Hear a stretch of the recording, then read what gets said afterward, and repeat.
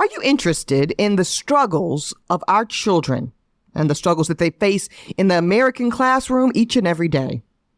Well, let me tell you about the first season of Teach the Babies with Dr. David Johns. It examines the impact of one of the most consequential Supreme Court cases of all time. I'm talking Brown v. the Board of Education.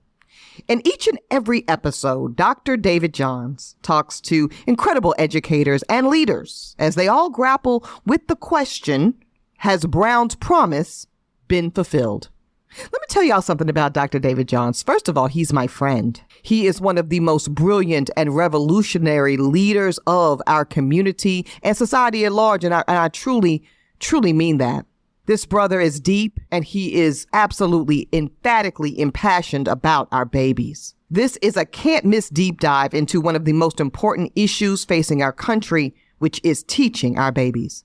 And y'all should know that before he was a revolutionary national leader, David Johns started his career where? In the classroom, actually teaching the elementary school babies. I want you to like, subscribe, and share, and most importantly, listen as Dr. Johns and his guest explore these questions with you. You can find Teach the Babies with Dr. David Johns wherever you listen to podcasts. Hey, y'all, I'm Eboni K. Williams here, host and attorney extraordinaire. Welcome to Holding Court, where we analyze the very latest in legal headlines, the ones that got all the streets talking. You know what we do? We dig deep into how the courts impact the culture. We break it down, going straight from gavel to your news feed. And every week, we keep it 100. Right, Dustin Ross? That's right. Dustin Ross, my love, how was your weekend? My weekend was incredible. Great weekend with friends and just staying fired up. You know, the whole point of all the conversations I had this weekend was to get everybody's ass to the ballot box. That's okay. It. So however I could bring that up this weekend, I brought it up every single time. So it was a good weekend. Well, I was you on IG, getting it done, handled. Yeah, handled that. It was time. It was time. Yes, Typically I like to wait until election day. But this year I was like, no, we got to get that shit in early and counted. Mm-hmm. Okay? Don't go again, Dustin. Because No, I'm not going to go again. I thought about it. I thought about going uptown instead of downtown. I'm not going to go again. I'm not going. Don't get back out there. You already went. I'm just playing. Hold your hand out. Listen, get these licks. And shout out to New York voters. A lot of our precincts have changed. I don't know about yours, but I know my day of precinct has changed. And I'm glad about it, but y'all make sure y'all know that, because if you go to the wrong precinct, no matter where you go, they will send you to the correct one. So just make sure you check it out in your mailbox. Jurors, make sure you cross-reference, and certain states, make sure you take your ID. So really what we're talking about, and I love that you said that this was what y'all were doing over libations over the weekend. But with our voting plan, jurors, what's your voting plan? You know exactly where you're going. Do you live in a place where it's ranked choice? Know how that shit works, and exercise your rights, man. It's exciting. It's an exciting time. Yes. In that. Yes, absolutely. Well, speaking of exercising some rights, Dustin, the first story we're going to get to here on the docket, some good folks of Georgia, they are exercising their right to protest. We had some protesters outside the courthouse calling for the end of the YSL trial. We'll get into the why around that. And of course, I want to hear, as always, Dustin's take on it. Then next up on the docket, we're correlated still to Young Thug. That is that one of the co-defendants who's already well into their probationary sentence, they then reversed Uno on him. And he's now going to have to report to prison for a whopping 5 years. So not a lightweight reversal, a serious type of situation there. So we'll tell y'all exactly how that went down. And then this last story, I put it on the docket, Dustin, because, we're very serious about Black wealth on this podcast. We're very serious about closing the wealth gap between Black and white America. And, I stand loudly and boldly, as I always have said, that one of, not the only, but one of the better ways to do that is home ownership. Well, this woman in Georgia was going about her home ownership way. And really was done dirty down bad. Her and her 3 children, at times essentially homeless during this process of her trying to do the thing that we tell Americans to do, right? We always talk about the American dream and home ownership. Well, this Black woman, Dustin, was going about her business to pursue it. and really ended up in some real shit. So we want to Mhm. get into that and why I believe that there is some conspiracy, if you will, around sometimes how hard they make it for those of us that look like us to actually get into the home ownership posture. So yeah, Yeah. I want to catch that last item on the docket here, and we're gonna get into it. Here we go. Okay, so just last Friday, jurors, as of the recording of this episode, Friday, October 25th, a sizable amount of protesters gathered right in front of the Fulton County Courthouse. Of course, that is Atlanta, Georgia. And they were calling, Dustin, for justice. They were organizing. They say not necessarily in defense of Young Thug. And I think that's important, right? They're saying they're organizing and protesting for just justice. They're just saying there's a simple way in which, if we're to believe in this thing called a so-called justice system, it's supposed to go down a certain way. It's supposed to follow its own law and order. And what we're seeing from the outside, these protesters are saying, is that it's looking murky. It's looking real dirty. It's smelling like prosecutorial misconduct in what has already been historically the longest criminal trial in Georgia history. So when you saw that they were protesting, Dustin, what was your take? Yeah. I mean, that is, I'm not negating their mission or their message whatsoever, right? Because we know it's a moot point at this point. We know that the justice system is broken. We know that it is in dire need of reform and of attention, right?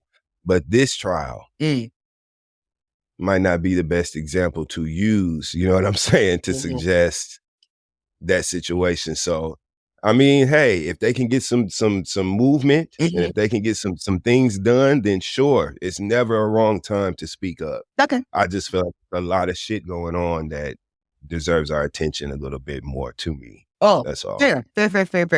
And let's be clear, right? So I'm gonna quote you guys a line here that was given to the press. This is from one of the top organizers of this demonstration. His name is Tim Wilkerson.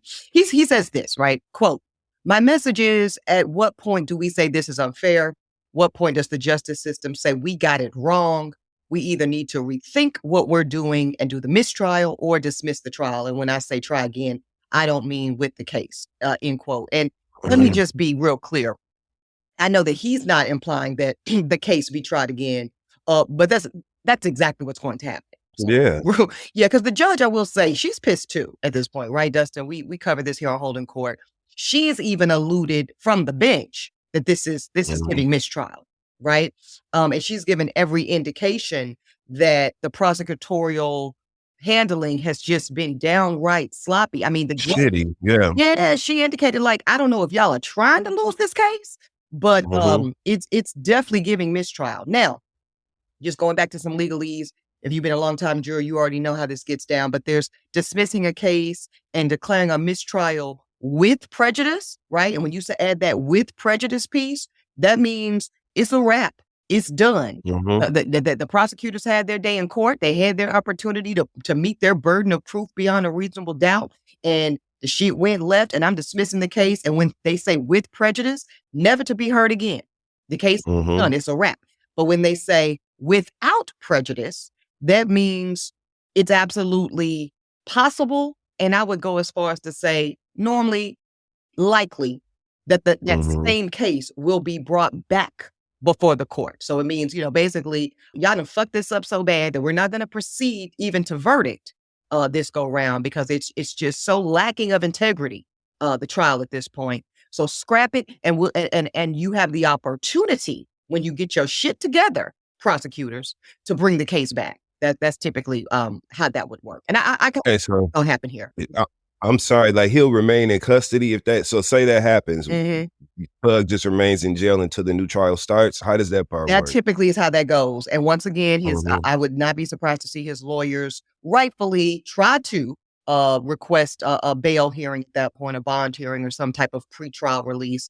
But again, for the same reasons that it was denied on the front end, the nature of the charges, some of them including murder, the racketeering, the organizing, all of that, I would expect that request, Dustin, to be denied, and that Young Thug would still be incarcerated pretrial all over again. So, I mean, at that point, you're talking about I mean, there's a scenario, Dustin, where if it goes that way, like if it plays out the way I'm laying out a forecasting for, just could end up in pretrial for almost 2 years. Literally, pretrial custody for, up to 2 years, which is This is crazy. I mean, I do think that's unconstitutional. I really do. I really think that flies in the face of what is supposed to be the whole point of a fair and speedy trial legal protection. Absolutely. Spits in the face of it, to be honest. So we'll see. Like I said, hopefully they move the needle here and just get this shit over with. But I'm tired at this point. I'm exhausted. So that's what I would have been picketing for. I'm tired of it. I'm tired of this shit. I'm tired of hearing about it. That's what my sign outside the court. That's what be out there, but we get a different sign. Wrap it up. Damn. Yeah, that would have been me. So. We wrap this shit up by Monday, as the kids say on the comments on Instagram. Yes. And just for those viewers wondering, like, what is the prosecutorial misconduct this time? Because it's always something. I mean, what a sloppy ass. I will say, Dustin, of all of my years of practice, this has been one of the more sloppy efforts. Yeah. Prosecutor's office in such a high profile case. It's kind of like at home when your parents are like, or your mama or your daddy or somebody is like, we know how we do it up in here, and it's chaos from time to time, but clean up and keep the house straight when the company come over. And they just don't give a damn. Yeah, the company is over Fulton County, and y'all are just showing us complete ass. Now, this time around, this happened just last week. One of the original co-defendants, keep in mind there were 28. I mean, that is part of why the scope of this criminal proceeding is so heavy and lengthy and wide and long, just the sheer number of co-defendants. So 28 co-defendants, one of them, Slime Life Shawty. I'm laughing, Dustin, because I remember when we first started covering this YSL shit about a year and a half ago or something. And I didn't know what YSL. I didn't know what none of this shit was. I was stuck on East St. Laurent. I was really confused. I was like, no, this on down the street a little further. You walked me right not that YS. You walked right out to having a co-host, ladies and gentlemen. You really need somebody to keep you on. So now I'm a little more familiar. So now, Slime Life Shorty, who now I'm familiar with, thanks to Dustin, he took the stand, right? And prosecutors asked him to review some social media posts. And that's typical, right? Like, hey, take a look at this.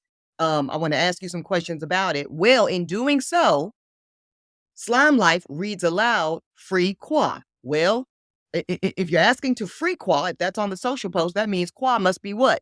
Incarcerated, in jail. Of course, Qua, referring to Quamarvius Nichols, his lawyer is like, hold on, ring the alarm. The jury is not supposed to know that my client, Qua, is even incarcerated. And now that the prosecutor's own witness, own witness has slipped up per the questioning and revealed that my client is incarcerated, that is a bell that you cannot unring. Literally. And toothpaste is out of the tube. And you cannot put that in the tube. Yeah. So absolutely. I'm with this lawyer, Nicole Westmoreland, who is Qua's lawyer, saying, and now she's gonna ask for a mistrial. And the judge, Judge Whitaker, said, that was definitely a fuck up. Let's be clear, it was a fuck up. But I'm not inclined to, and this is what I was setting y'all up to understand. Judge Whitaker said, I'm not gonna do mistrial with prejudice, but probably will consider a mistrial without prejudice, meaning prosecutors can bring it back. But y'all are fucking this up so stinky, like, yeah, I'm probably really, I'm gonna tell y'all to take your toys and clean them up and come back and start all the way over. Yeah, I know when Quay's lawyer heard them say that, free Quay, I know she was, oh, hell no. Yeah. Yes. Exactly. You didn't fuck up now. Okay, that's what that sounded like to me. Yeah, y'all done fucked up now, and you fucked up last week, and you fucked up the week before that. And again, when we talked about this case a couple of weeks ago holding court, when you go through the transcript, Dustin, right, it's just going to look so bad for the prosecutor. Terrible. That there were like 5, 6, 7 instances where you're giving mistrial. Yeah, they look inadequate. They look like they don't know what they're doing, which is not what a lawyer is supposed to look like. No, and if you're a young thug at this point, just sitting at the table, there's no way, like even if this trial crawls to the end, I'm not accepting that verdict. Like, I think at this point, actually, now that I'm just processing this in real time with you right now, Dustin, I think the judge really needs to go ahead and try and declare a mistrial. I really do. For the sake of the integrity of any verdict that is to come, I don't think any verdict at this point is going to feel legitimate. Does that make sense? Perfect sense, because it's too murky. Things are too out of order at this point. Yeah. So if I'm all over the place. Yeah, if I'm Judge Whitaker, just go ahead and call a mistrial without prejudice, as she's saying. She's kind of quit playing with it. Let's quit playing with it, Judge. Let's just quit. Like, I'm almost, I'm inclined to. Nah, just fucking pull the cord on this shit and let's just start over, because this is a fucking mess. It really is. Yeah, hopefully things go better next time, because what if all this shit keeps happening? What if they do the mistrial without prejudice, right? Right. And they come back and it's the same circus over again. What happens then? Do we get a mistrial without prejudice at that point, or like what happens? It could be that. And also the reason they hate doing that, Dustin, is because now the defense has seen the prosecution's arguments. So there's no more element of surprise here. Not that they had a strong one to begin with, clearly, but that is the advantage of getting it right the first time. Let's be clear. You get it right the first time, prosecutors or defense, actually, you have an opportunity to lay your argument out with less ability for opposing counsel to poke holes in it, because they don't know where you're coming from. They don't know who you're going to call to the stand. They don't know what theory of the case you have. But when you lay it all out so sloppy-like, show your whole hand. Yeah, we could reshuffle the deck, but we kind of know where the card's gonna go. That's what it is. That's what it is. Yeah. And I want to say the inverse example, because here it's really, really sloppy prosecution, but where we've seen where the defense is harmed by the retrial, and I'm just kind of obsessed with the Menendez brothers. I don't know about you. Where are you? Yeah. Watch the whole. Listen, did you watch the Ryan Murphy Monsters? I watched the entire Monsters series, and I watched they had a documentary on about the trial on Netflix that I watched too. You watched it too. Listen, I'm obsessed, but I'm still unclear. I don't know if the things that they allege were going on to them and going on in that home were happening to them. I don't know. I'm still just as confused as I was back in the day. No, I don't know. Real. And I think, to the movie's credit, which, I guess they had a lot of mixed reviews. I loved it. Top down. That Milli Vanilli soundtrack was fucking geeky. Oh my God. Yes. Nobody say. Nobody. Yeah. Genius. And also, don't my favorite piece, the scene in the first episode where they go on the spending spree, and Lyle and Eric are in the suite at, I don't know, Beverly Hills Hotel or wherever the fuck they are. And I think it's Eric orders a grilled cheese sandwich and some tap water. And Lyle comes up. He said, "Did you order tap water?" He's like, "Yeah, bro. I ordered some tap water." We're fucking rich. You don't order no fucking tap water. It's Perrier from now on. And it just gave me life. Anyway. So anyways, back to the legal argument. That was the point I was trying to make. So in this case, they were able to be very successful the first trial because they were able to get in so much evidence, at least making the case for, if not, well, basically self-defense, which was that they had the sexual and physical abuse of both their father and, to some extent, their mother, Kitty Menendez. And because the second trial, the judge knew what was coming, a lot of that evidence was prohibited. They were not able to get that testimony in the same way. Right. They weren't even able to call the same witnesses. So the second go round at trial, they were convicted. Versus the first trial was a hung jury. The jurors were not able to come to a decision because, much like what you just said, Dustin, you kind of didn't know what to believe. Right. But the thing about our justice system, when you don't know what to believe, that is supposed to lead to an acquittal. That's actually how it's supposed to go. When you don't know what to make of it all, it's supposed to lead to an acquittal. Which is why I think, just to button up the Menendez piece, we're going to move on to the other piece of Young Thug, which is why I think the Los Angeles district attorney currently is saying, which is very rare, a prosecutor will say, we are supporting a resentencing. So there's probably a lot going on underneath that change of heart, so to speak, from the prosecutor's office. I'm wondering if certain contributions are coming through to his next campaign. We have to ask these questions, Dustin, because it's so rare that a prosecutor's office will stand down or stand in support, rather, of a reversal of sorts to their own office's actions on a case. We all saw how, to this day, Linda Fairstein and them over in New York prosecutor's office will still not support the exonerated 5, even though they have DNA evidence to prove their innocence. So I'm just citing that as an example, jurors, as to how hostile prosecutors normally are, even in the face of exonerating evidence. So for the Los Angeles DA to, oh yeah, actually we, as an office, we stand in public support of the resentencing. Yeah, okay. It's interesting. It's real interesting to me. But I say this is my take on it, and I'm gonna be done with it.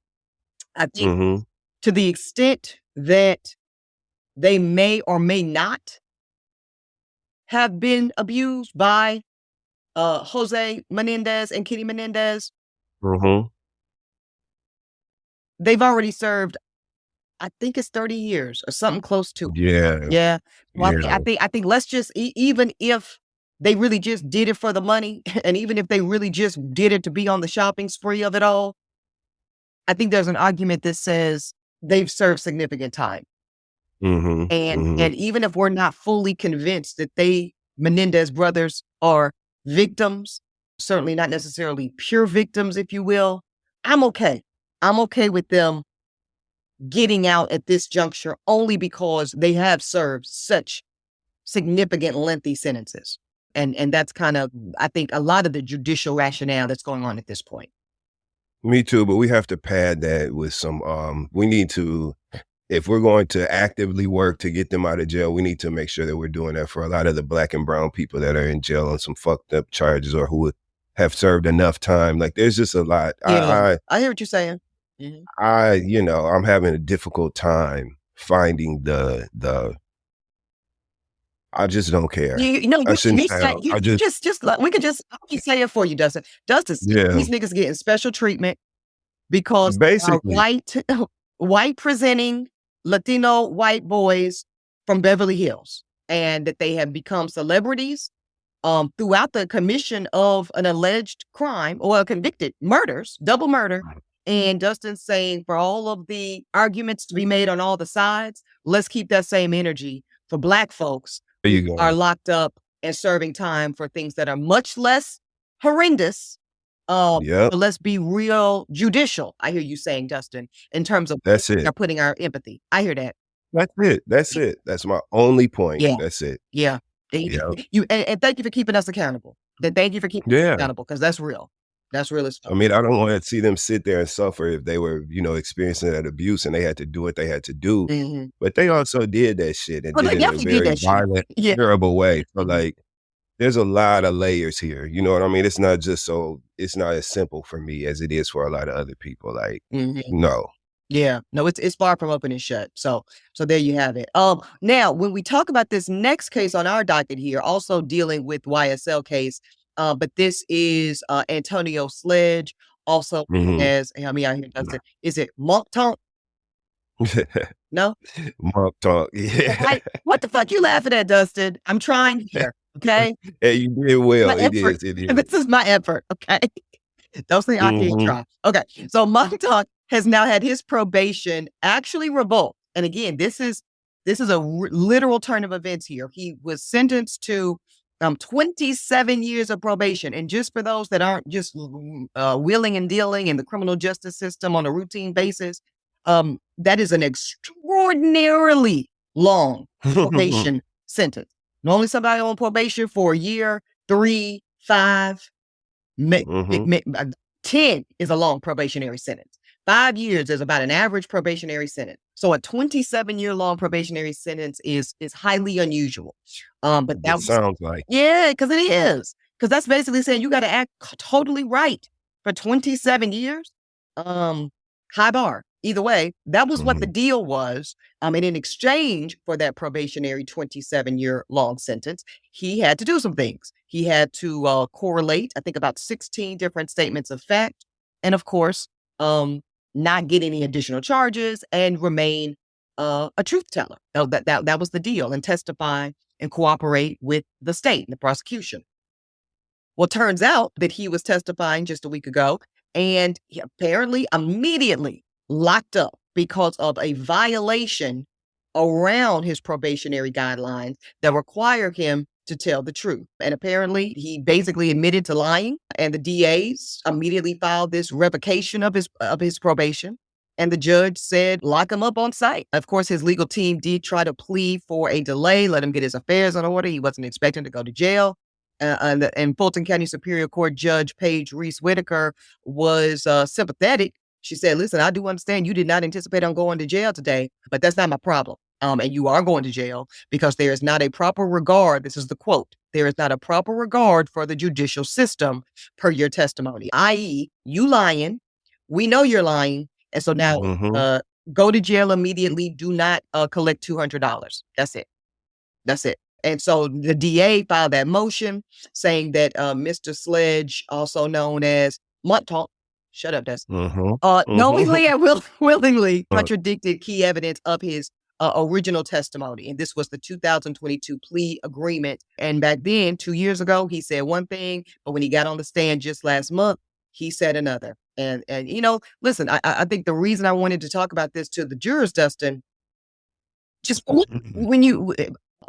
deals always sound great, right? So plea deals, plea bargains, I should say not always, but often can sound like good ideas.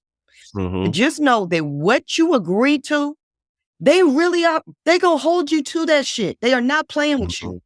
So if the whole incentive, that's the word I was looking for, of the prosecutors to offer you such an abnormal plea deal, they're allowing you to be outside instead of in jail for 27 years, you better know they're fucking serious about what you're going to get on that stand and say. Yeah. So for you to get on the stand, even 2 years later, and now you're trying to tell the truth, or you're either you were lying then or you're lying now. Either way, the DA said not on our watch. This is why you can't fuck around and play in the court. Yeah. You can't play in court. And this, I'm so glad that this is on our docket in addition to what we talked about previously. Because a lot of people will go into court playing these games, trying to get a mistrial or get things, you know, just so confusing that there's no clear order. Well, you can't always fuck around and play in court because this is what happens. They will revoke your probation sentence, and send your ass right back to the slammer. Yeah. So like, you can't fuck around. Yeah, they got to know it, Dustin, and they got to see it. Unfortunately, sometimes people got to see it in real time because a lot of times people think once the deal is done, the deal is done. You know, like, okay, well, you know, I'm good now. No, you're not. You ain't good. Yeah, you really not good. You're literally only as good as they say you're good. That's it. And only for as long as they say so. If they say you good That's for it. Yep. That's it. So again, jurors, going back to the facts here, this was back, he testified, the deal was made in 2022, but he was recounting a murder that allegedly took place back in 2015. So, you know, even many, many years before. And he apparently he said one thing in 2022, said another here in 2024. And his reasoning, because like, why would you flip up like that? He claims that he felt pressure into accepting the plea deal back again in 2022 due to personal circumstances and financial constraints. And now 2024, I guess your circumstances have changed. Your bank look different, and now you want to tell what we presume to be the truth. All of a sudden, yeah, play it don't work like that. You got to stand on what you said you were gonna stand on, or the terms are void. And that's literally what the DA fucked around and showed him. So, shout out to Montauk. Okay, shut up, Dustin. We gonna move on now. to this final story here on the docket. So this is a mother of three. Also, all the stories today are in Georgia. Shout out to the battleground state of Georgia. Yeah, we gonna call this one Georgia on our mind. Shit, you on our mind today. Listen, heavy on Georgia. This also in Georgia, the Georgia Dream Lender Program was a homeownership program in the state of Georgia. We'll talk about it a little bit more in a minute, but essentially know this, jurors. This program was supposed to help first-time buyers like Miss Kendall here. Her name is Shayla Kendall. She has 3 sons. They were all very excited to move into their first home as owners. Miss Kendall did everything she was supposed to do. Turned in her credit score, her income proof, her asset, everything that and if you've ever gone through a home buying process, you know they ask you for everything but a damn blood sample to get this shit done. And she did it. She uploaded everything on time. She did her part. That's the important part here, y'all. She did her part. She was given a closing date. And then they moved it. And then she was giving another closing date. And then they moved it for several more months. Y'all, they moved it 4 times. At least 4 times by her count. And every time they did that, her and her sons are having to figure out new temporary housing. Okay. And then finally, they were damn near homeless at the very end. And that's when she had to call local investigators at her local news station, 11 Alive Investigate. We all shout out to all of us millennials know that investigative reporting, get the ass together, won't it? When you call every time. Listen. Every time, baby. Listen. Yeah. It's very serious. They're gonna knock on your door. Yeah. With them cameras. That's right. And all and a question. Yeah. people get some act right real fast. So that's what Miss Kendall did. She called 11 Alive Investigates in Georgia and had them say, what's going on? Keep in mind, this woman also is an educator. She's a school teacher. She actually moved from Gwinnett County to seek ownership in a more affordable county. And a lot of times that's how these programs are. They incentivize you to move to certain less desirable spaces, but that's off. Yeah.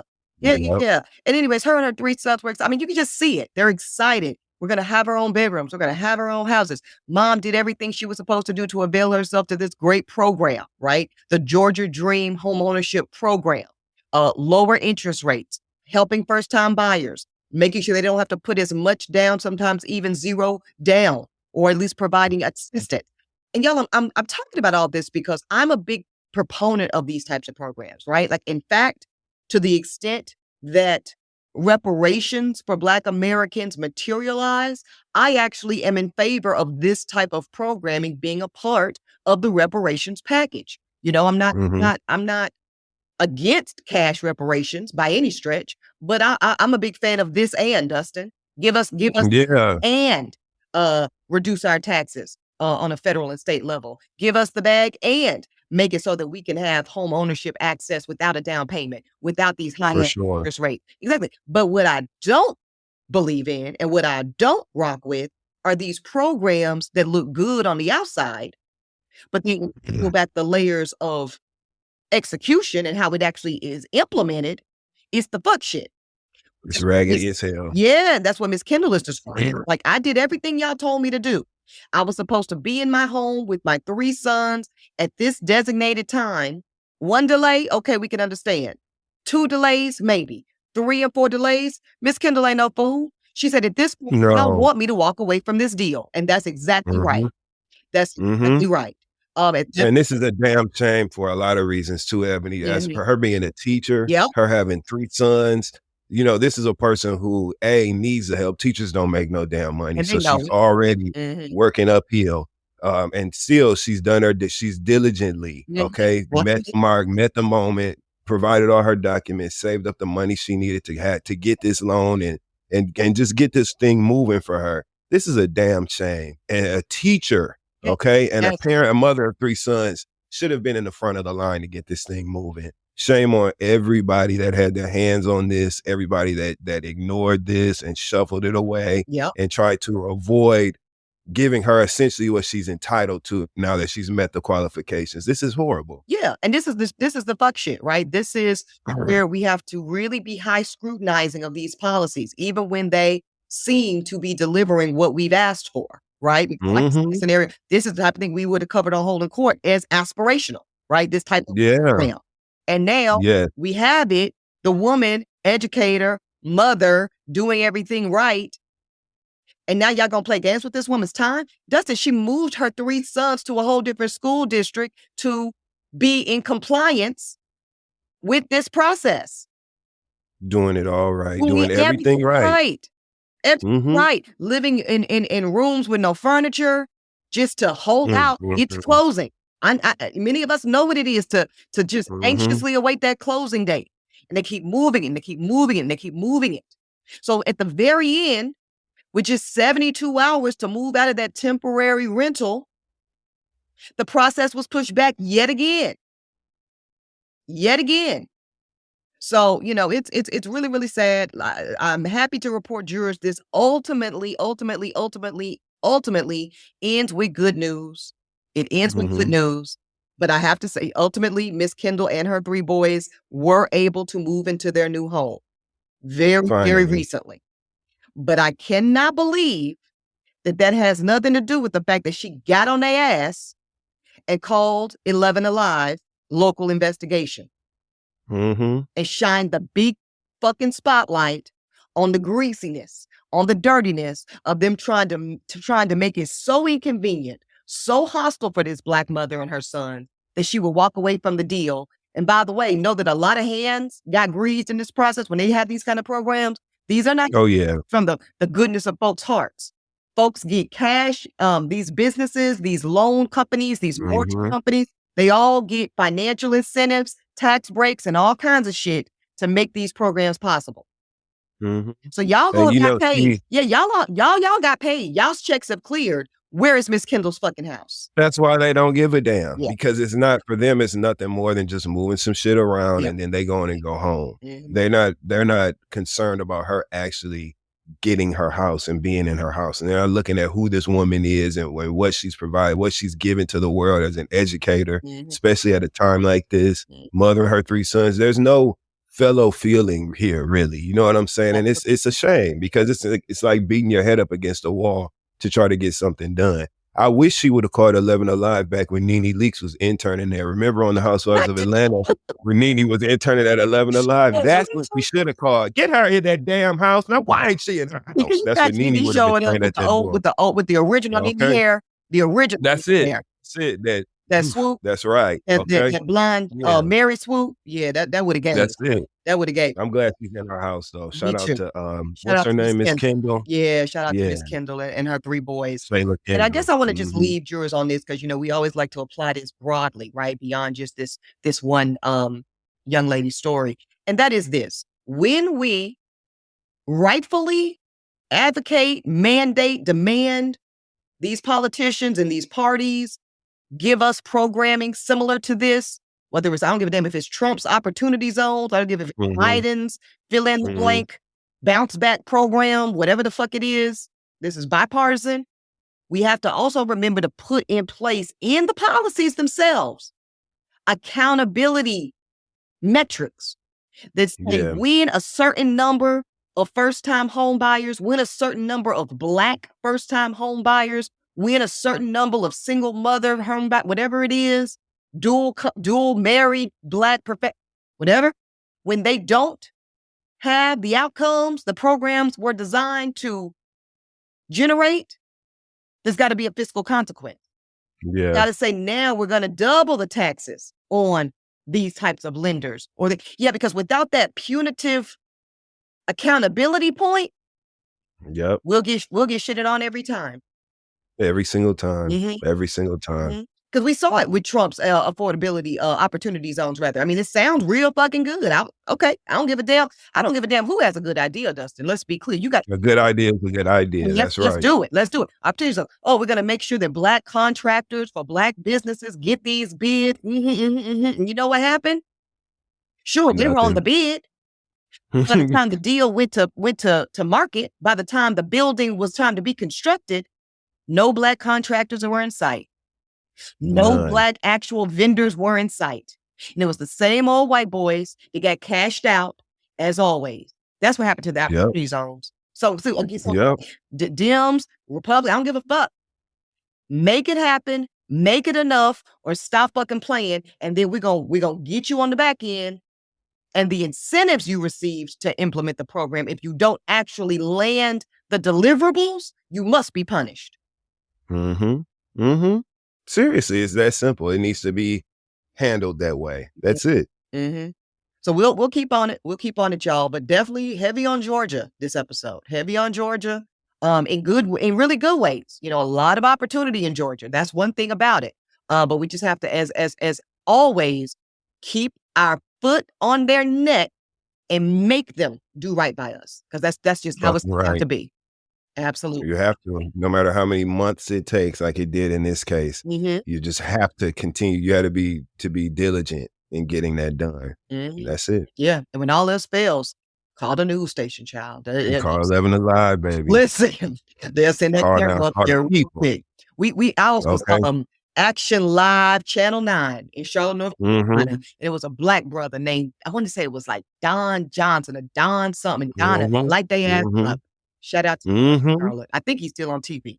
My favorite. Isn't it funny how those news anchors just become a part of your family Yes. almost? Like you watch them every day and you develop a sort of relationship with them through the television, and they really become important to you when, God forbid, when they pass on or things like that happen. It really hurts you. You know what I mean? You be like, man. Don Griffin. That's his name. I knew.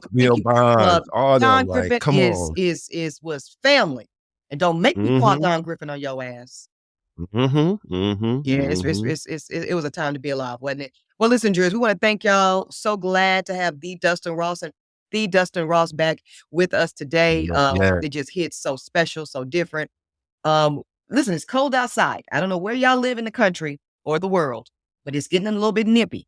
So I need to make sure that you have your layers on as you're out here canvassing and protesting and making sure that everybody has a voting plan. We want everybody nice and warm and comfortable, okay? That's right. That's right. Put it on. Put some Vicks on your chest, underneath your little neck. You know what to do. And put some on them lips, okay? That time of year, we need to put something, a protective layer on the lips and the chest, okay?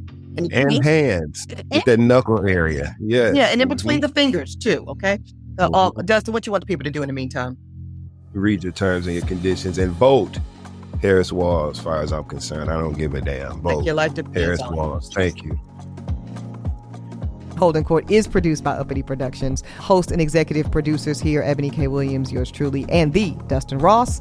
Executive producer in Dossie, McCraw. Our senior producer, Ashley Hobbs. Creative consultant, Jay Kleinberg. Follow us on Apple Podcasts, Spotify, and any and everywhere you get your podcast.